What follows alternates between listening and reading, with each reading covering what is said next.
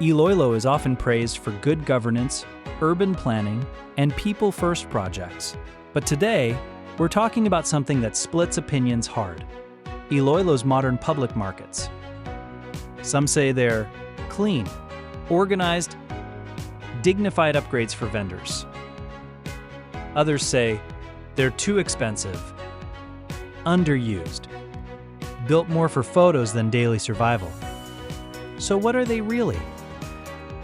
Are Iloilo's modern markets a genius redesign of Filipino public life?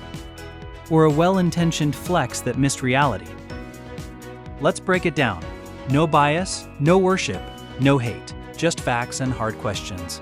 Traditional public markets in the Philippines usually share the same problems: poor sanitation, flooding, fire hazards, chaotic layouts, vendors squeezed into unsafe spaces. And yes, Iloilo had these problems too. So the idea behind modern markets was simple: improve hygiene, improve safety, give vendors dignity, make markets competitive with malls. On paper, that's not stupid. That's actually progressive.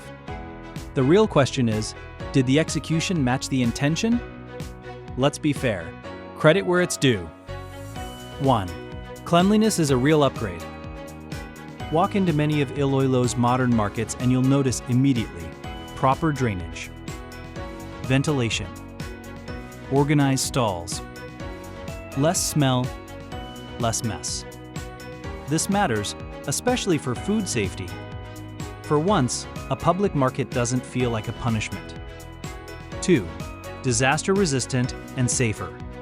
Modern designs mean fire-resistant materials, better electrical systems, wider walkways, emergency access. In a country where market fires are almost a tradition, this is not a small thing.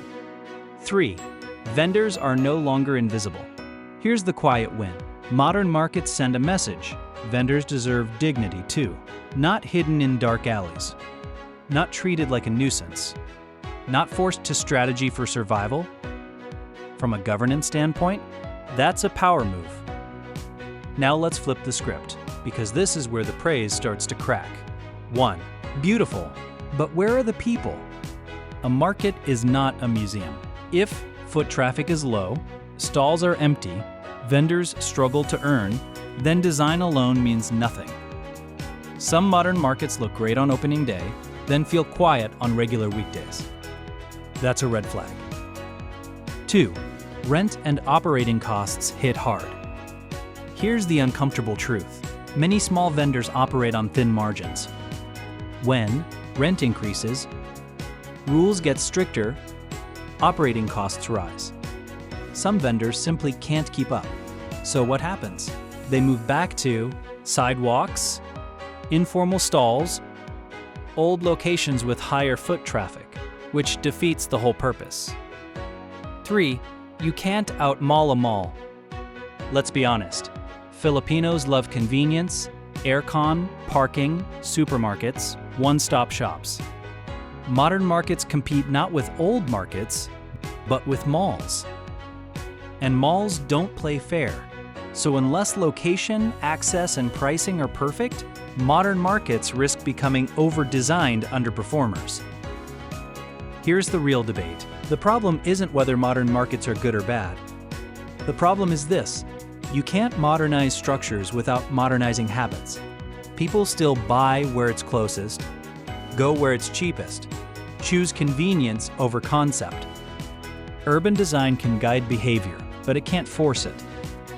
Some markets worked because they were placed right, transport routes aligned, communities were consulted deeply. Others struggled because location was off, transition was rushed, the human side was underestimated. This isn't failure, but it's not automatic success either. Here's the honest answer. Iloilo's modern markets are neither a total genius nor a total waste. They are a bold experiment, a learning process, a sign of governance that actually tries, and that alone already puts Iloilo ahead of cities still stuck saying, "That's just how it is." But here's the savage truth. Good intentions don't guarantee good outcomes. Design must follow daily life, not the other way around. If Iloilo adjusts, listens, and adapts, these markets could become national models. If not, they risk becoming expensive reminders that progress needs patience. So what do you think? Are Iloilo's modern markets a smart step toward dignified public spaces? Or a case of planning getting ahead of reality? Drop your take in the comments. If you like savage but fair city breakdowns, hit like, subscribe, and share this with someone who still thinks public markets should stay chaotic forever. Because real progress isn't loud, it's tested, debated, and improved. See you in the next one.